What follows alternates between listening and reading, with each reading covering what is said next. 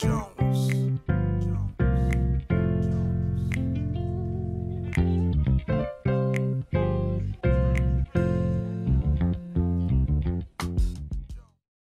à toutes, bonjour à tous. C'est une joie pour moi de vous retrouver, de te retrouver dans cette nouvelle capsule de Sa parole et moi. J'espère que tu vas bien. En tout cas, moi, je vais bien et je me réjouis de continuer cette série sur les dons spirituels avec toi. Aujourd'hui, je vais te tutoyer et je vais continuer de le faire dans les capsules. J'espère que cela ne te gêne pas.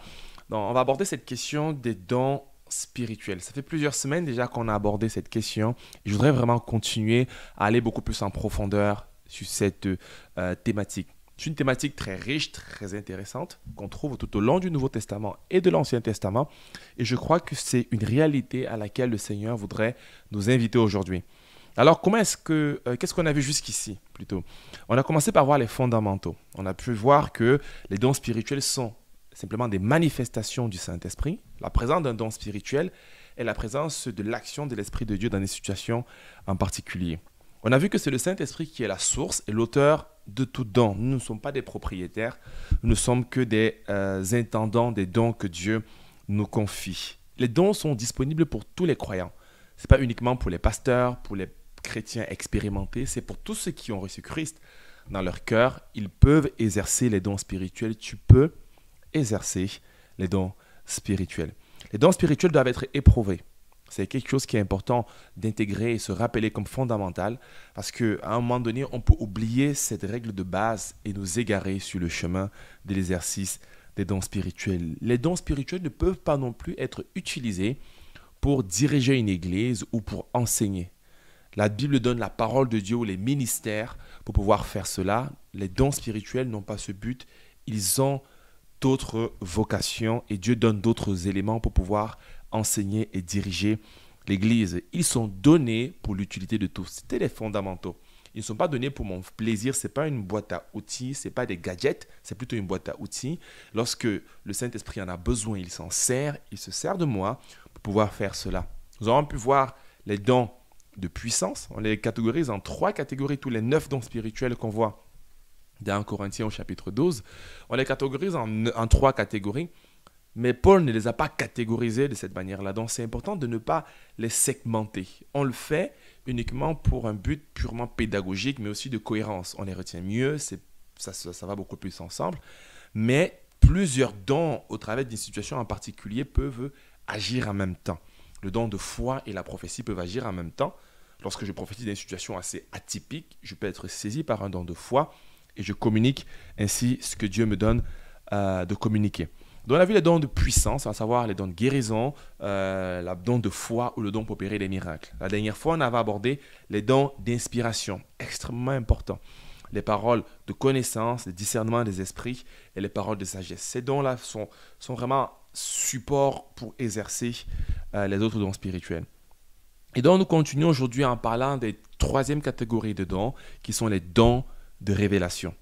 Il s'agit du 3e groupe de dons que nous retrouvons dans cette liste des 9. Alors, je vous propose de relire encore 1 Corinthiens 12, du verset 4 au verset 11. C'est intéressant de le relire pour le remettre dans le contexte et ensuite apporter quelques commentaires sur cette question.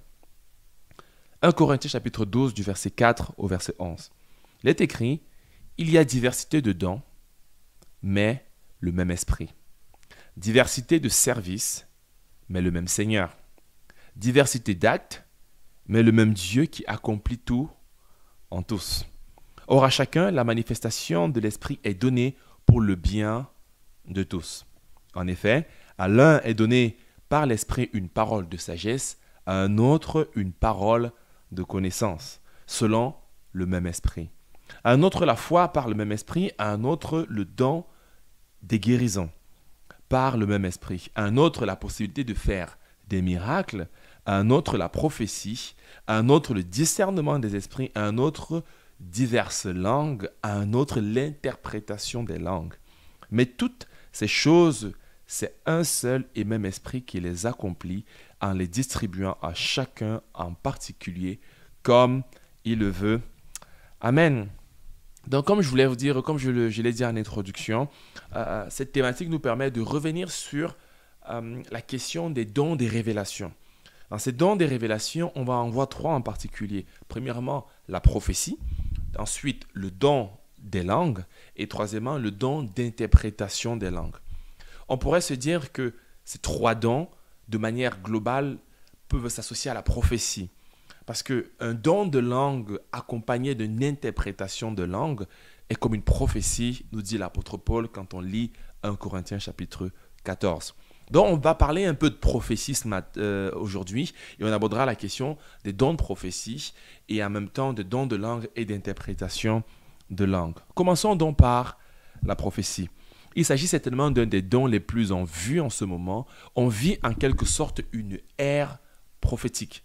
Il y a une manifestation, une prolifération des dons de prophétie.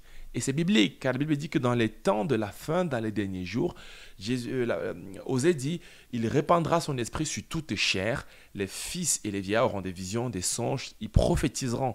Donc c'est une ère où l'esprit de Dieu parle abondamment. Et je pense que parfois on attend un réveil surnaturel sans oublier que ce que le christianisme vit depuis le 20e et le 21e siècle est inédit dans l'histoire de l'Église. Il n'y a eu jamais autant de conversions, autant de chrétiens. La population du monde a augmenté, mais rappelons-nous que c'est quelque chose qui est spirituel qu'on vive cette saison. Et en même temps, durant cette saison, puisque autant de fois l'Esprit de Dieu se manifeste, autant de fois l'esprit du monde ou l'esprit du malin se manifeste également. Il y a énormément de faux prophètes. Il y a énormément d'égarements et d'erreurs sur la question de la prophétie. Donc je voudrais aborder cela avec clarté, avec simplicité et également mais avec justesse biblique. C'est important de se rattacher toujours à l'Écriture pour pouvoir vivre une vie chrétienne en bonne santé. Alors, il y a trois dimensions au niveau de la prophétie. Je ne vais pas les aborder tous les trois aujourd'hui, mais je vais quand même poser le décor au niveau de cette question de la prophétie. Il y a trois niveaux.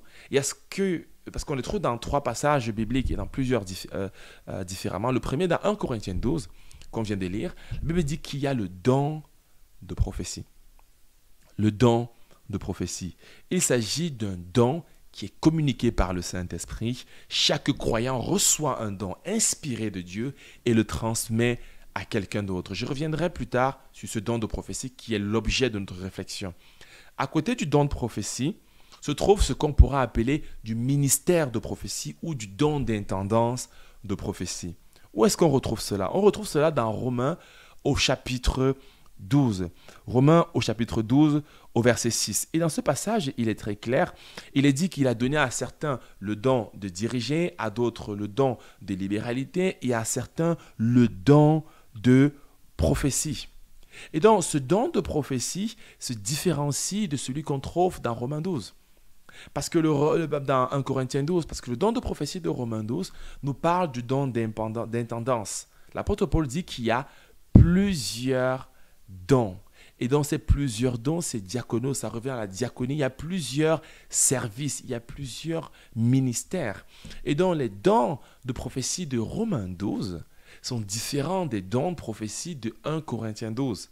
Dans Romains 12, verset 6, où on liste un certain nombre de dons, on voit une différence claire entre ce don qui est donné spontanément par le Saint-Esprit, disponible pour chaque croyant, mais également on voit un autre type de don qui est donné par le Saint-Esprit, par le Seigneur, pour l'édification de l'Église. Regardez, on va lire ensemble Romains 12 au chapitre 12 du verset 6 au verset 8. On peut commencer au verset 3. L'apôtre Paul dit, « Par la grâce qui m'a été donnée, j'ai dit à chacun de n'avoir pas de lui-même une trop opinion, mais de revêtir des sentiments modestes selon la mesure de foi que Dieu a départir à chacun. Car comme nous avons plusieurs membres dans un seul corps, et que tous les membres n'ont pas la même fonction, ainsi nous sommes plusieurs et nous formons un seul corps en Christ, et nous sommes tous membres les uns des autres. » Puisque nous avons des dons différents, des grâces différentes, des ministères différents, des services différents. Et donc Paul dit, selon la grâce qui a été donnée, que celui qui a le don de prophétie, celui qui a le diaconos, de prophétie, celui qui a le don de prophétie, l'exerce selon l'analogie de la foi. Que celui qui est appelé au ministère s'attache à son ministère. Que celui qui enseigne s'attache à son enseignement. Que celui qui exhorte à l'exhortation. Que celui qui donne le fasse avec libéralité. Et que celui qui préside le fasse avec zèle. Que celui qui pratique la miséricorde le fasse avec joie.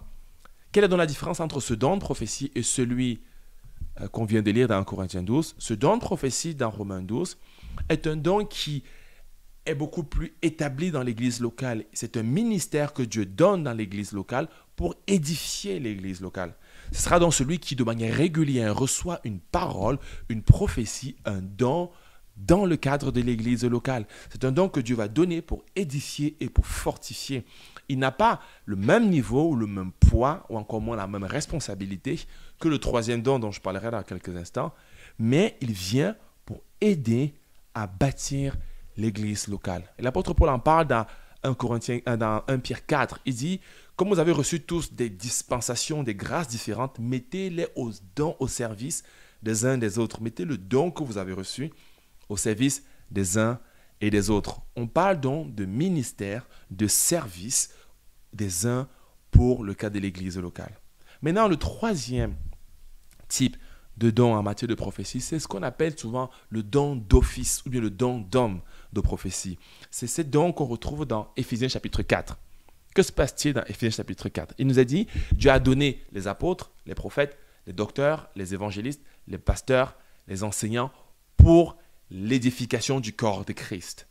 Et donc, ces ministères sont plutôt des ministères d'hommes, c'est des ministères d'hommes ou femmes, je pense homme avec un grand H, puisqu'on croit que Dieu peut les donner, les 5 ministères, aux hommes comme aux femmes. Et donc, ces 5 ministères sont des dons que Dieu transmet à l'Église. Eux-mêmes, ils sont des dons.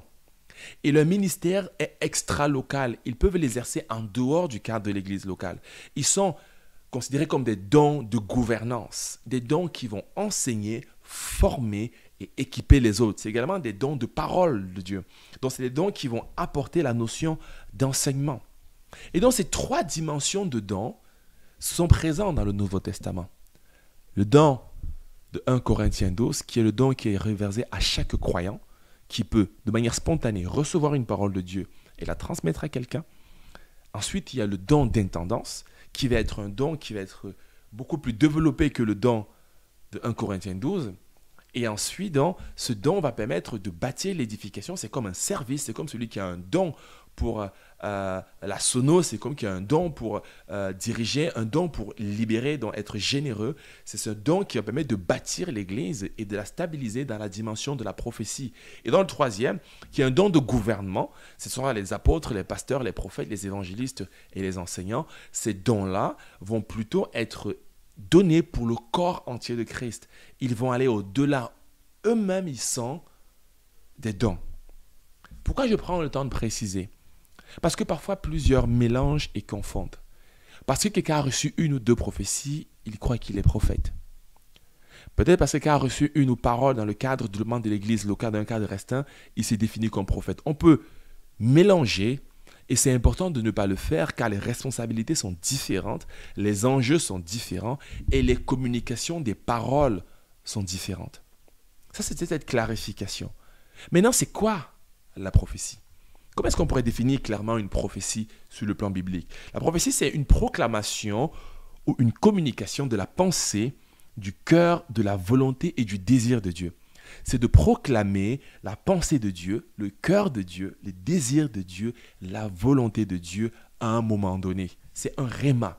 Cette parole de Dieu est dans les Écritures et donc la prophétie va venir communiquer cela d'une manière adaptée et précise pour le moment. Je prends un exemple. La Bible dit que par nos meurtrissures, nous sommes guéris. Ça veut dire que Jésus peut guérir tout le monde. Dieu peut guérir tout le monde. C'est une volonté de Dieu. Ce n'est pas étonnant si Jésus guérit. Par contre, si à un moment donné, j'ai dit, le Seigneur te dit, toi de tel âge, avec telle maladie, Dieu te guérit, alors là, ce n'est pas une proclamation générale, c'est une proclamation spécifique de la pensée de Dieu. C'est une prophétie. Dieu communique sa pensée, son désir et sa volonté à un moment donné. Et c'est important de bien l'intégrer. Et donc cette proclamation ne peut pas être connue de manière naturelle. Ce n'est pas le fruit d'une analyse intellectuelle. Je n'ai pas fait une déduction et je détecte que c'est une prophétie. Ce n'est pas non plus le fruit de mes désirs et de mes pensées. Je peux avoir quelqu'un qui est malade à côté de moi et je dis à la personne, tu seras guéri, le Seigneur a dit qu'il va te guérir. Ça, c'est une prophétie si Dieu m'a dit réellement que la personne sera guérie. Si ce n'est pas le cas, je transforme mon désir en prophétie et c'est dangereux. Ce n'est pas une prophétie. Ou bien je vais changer de travail l'année prochaine. Ce n'est pas une prophétie si Dieu ne l'a pas dit. Parce que quand Dieu le dit, il manifeste sa désir, sa volonté de manière claire et précise. Et donc dans la vie chrétienne, j'ai beaucoup vu de gens confondre leur désir à la prophétie de Dieu. J'ai vu beaucoup de personnes confondre également les désirs de la volonté générale de Dieu avec les désirs de la volonté spécifique de Dieu à un moment donné qui se traduit par une prophétie. Et donc, ce ne sont pas des choses naturelles basées sur l'analyse du présent, du passé ou même du futur. Une prophétie est donc quelque chose de surnaturel. C'est quelque chose qui va arriver et cela va clairement arriver. Et donc, il faut l'intégrer. Regardez avec moi maintenant quelques petits détails sur la prophétie, les langues et l'interprétation des langues. 1 Corinthiens chapitre 14 du verset 1 au verset 3. L'apôtre Paul dit « Recherchez la charité, aspirez aux dons spirituels, mais surtout à celui de la prophétie. En effet, celui qui parle en langue ne parle pas aux hommes, mais à Dieu, car personne ne le comprend. C'est un esprit qui dit des mystères. Celui qui prophétise, au contraire, parle aux hommes, les édifie, les exhorte, les console. Celui qui parle en langue s'édifie lui-même, et celui qui prophétise édifie l'Église. » L'apôtre Paul nous donne un secret. Il dit « Recherchez la charité, aspirez aux dons spirituels, surtout à celui de la prophétie. » Pourquoi l'apôtre Paul nous dit cela? Parce qu'il dit aspirer à ce qui va édifier. Parce que le moyen par excellence pour pouvoir manifester l'amour, c'est de rechercher le bien de quelqu'un. Et le bien de quelqu'un, lorsqu'on prophétise, on communique le bien pour quelqu'un, pas uniquement pour nous-mêmes. Mais il donne à quoi devrait ressembler une prophétie. Dans le Nouveau Testament, on trouve deux types généraux de prophéties. Dans l'Ancien Testament, il y a beaucoup plus développé. Mais dans le Nouveau Testament, deux grands types de prophéties. Le premier qui est le simple don spirituel, le don de prophétie dont on parle, qui a pour but, comme l'apôtre Paul nous le dit, d'édifier, d'exhorter et de consoler. Avant de donner une parole de prophétie à quelqu'un, posez-vous la question, est-ce de l'édification, de la consolation ou de l'exhortation venant de Dieu dans une situation en particulier? Parce que parfois, nous prophétisons aussi nos désirs, nos pensées et nos envies. Soyons sérieux et réalisons une chose, mes amis, c'est que Dieu agit et prophétise de manière à nous encourager dans une situation particulière. C'est il y a quelque temps, j'étais en train de mettre quelque chose en place et j'avais beaucoup d'hésitation, beaucoup de doutes au niveau de mon ministère. Et quelqu'un est venu me dire, écoute, le Seigneur te dit que ce que tu es en train de faire de manière très précise, je ne l'avais dit, il n'était pas au courant de ce que je faisais, il me l'a dit, il m'a communiqué une prophétie et cela s'est réellement arrivé, cela m'a sur le coup encouragé. Mais il y avait une dimension de révélation, ce n'était pas juste de l'encouragement général, écoute, ça va aller, tout va bien se passer. Non, c'était une révélation pour moyen d'une prophétie. Parfois nous disons que nous apportons une prophétie, mais on ne voit pas le caractère de révélation dans cela.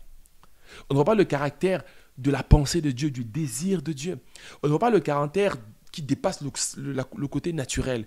Et on gravite autour et on rajoute tellement de mots et tellement de phrases autour de ça. Mes amis, la prophétie, soyons simples et directs. Tout ce qui est autour, parfois on rajoute un peu trop. Soyons clairs, précis et surtout dans le but d'édifier, d'exhorter et de consoler. Ça, c'est le rôle de la prophétie en tant que don. La prophétie peut être aussi prédictive. Cela peut être un événement qui va arriver dans le futur. Un peu comme Agabus qui rencontre Paul et qui dit, Paul, celui qui porte ses vêtements, celui qui portait ses vêtements, cette ceinture, va être conduit, il va mourir, il va être enchaîné et il sera conduit à Rome. Et donc, Agabus va donner des paroles. Et on voit plusieurs fois dans le Nouveau Testament des personnes qui donnent des paroles de prophétie. Et ces paroles de prophétie sont actives et réelles pour nos vies.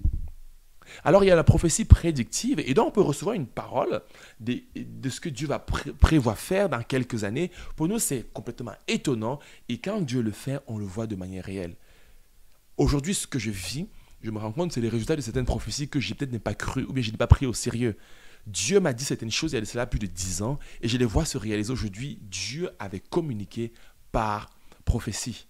Et parfois, la prophétie nous met en mouvement, elle met quelque chose de particulier en nous et nous montre ce qu'on doit faire dans la saison dans laquelle on se trouve. La prophétie édifie, encourage, console, mais annonce également le projet futur de Dieu, une prédiction. Ensuite, le don de langue. Le don de langue, qu'est-ce que le don de langue? Le don de langue, c'est cette langue qui est inconnue. L'apôtre Paul nous dit dans le texte qu'on a lu que celui qui parle en langue ne parle pas aux hommes, mais à Dieu et personne ne le comprend. Il parle une langue des mystères à Dieu, il ne comprend pas. Celui qui parle en langue et en même temps, qu'est-ce qu'il fait? Il s'édifie. Et donc, il y a deux types de dons de langue. Il y a le don de langue qu'on reçoit lorsqu'on est baptisé dans le Saint-Esprit et on peut se mettre spontanément et régulièrement à parler en langue. Mais il y a un autre don de langue assez particulier qui va souvent avoir une connotation différente, une symphonie ou syllabe différente de ce qu'on a l'habitude de pratiquer. Et ce don de langue-là est céleste, est divin. Il est souvent accompagné d'une interprétation de la langue. Et cela donne une prophétie. Et Dieu nous donne de manière spontanément, parfois le Saint-Esprit communique une langue inconnue, un chant en langue inconnue, une expression en langue qu'on n'avait pas imaginée, qu'on n'a pas l'habitude de pratiquer. Et ce don de langue est un mystère que Dieu comprend. Il peut arriver que c'est une langue existante mais que je ne connais pas. Imaginons que je me mets à en parler en norvégien. Ce ne serait un don en langue, mais ce ne serait pas une langue que je pratique au quotidien. Et donc, c'est important d'intégrer également cette notion du don de langue qui peut venir avec de l'interprétation de langue. Et lorsque l'interprétation arrive, elle donne une dimension de la pensée de Dieu, la prophétie de Dieu. Pourquoi Dieu sépare le don de langue du don d'interprétation? Pourquoi pas uniquement la prophétie? Moi, je crois que cela nous montre plusieurs choses. D'une part, parfois, elle a plus de perspicacité qu'une prophétie. Parce qu'une prophétie est une langue reconnue. Dans Actes chapitre 2, on voit les disciples parler dans une langue qui leur était inconnue, mais dont les gens de différentes nationalités entendaient dans leur langue. Ça leur a frappé. C'était plus pertinent que si quelqu'un leur parlait par leur intelligence. Ils ont dit, mais c'est forcément surnaturel ce qui se passe. Et parfois, Dieu va donner une interprétation aussi pour donner cette dimension surnaturelle et aussi une dimension d'équilibre et de communion les uns avec les autres.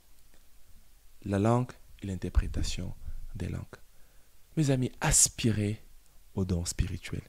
Ils sont puissants, ils sont nécessaires, ils sont efficaces. Aspirez aux dons tels que Dieu les donne, n'essayez pas d'en fabriquer. Mes amis, c'est le Saint-Esprit qui donne. Si on essaie d'en fabriquer, on veut manipuler le Seigneur et en ce cas, on attriste plutôt le Saint-Esprit. Étudions-les, éprouvons-les, mais surtout, exerçons-les, sans forcément en faire trop. Repentons-nous pour toutes les fois où nous avons commis des erreurs et rassurez-vous, vous en avez commis, vous allez en commettre, j'en ai commis et je pense que j'en connaîtrai encore. Mais soyez prudents dans la prophétie. Je conclue avec cette pensée. La prophétie dans l'Ancien Testament est différente de la prophétie dans le Nouveau Testament. Dans l'Ancien Testament, la prophétie ou le prophète avait parfois de notions de voyant. Il nous conduisait dans les différents choix au quotidien de notre vie. Dans le Nouveau Testament, la Bible nous dit que les enfants de Dieu ont reçu l'Esprit de Dieu en eux. Le Saint-Esprit en eux commence à déposer des choses dans leur cœur. Et lorsque la prophétie, le don de prophétie vient, elle vient activer, elle vient mettre en lumière, elle vient confirmer ce que nous avons déjà dans nos cœurs. Et elle propulse dans la destinée de Dieu. Soyez bénis, soyez remplis du Saint-Esprit et prophétisez. Pas pour avoir une gloire quelconque, mais pour édifier. Et le chemin par excellence reste l'amour. Exercez l'amour et les dons vous suivront. Car je crois que le Seigneur cherche des hommes et des femmes à qui il va communiquer les dons pour édifier son Église. Soyez bénis et à très bientôt pour un nouvel épisode de Sa parole et moi.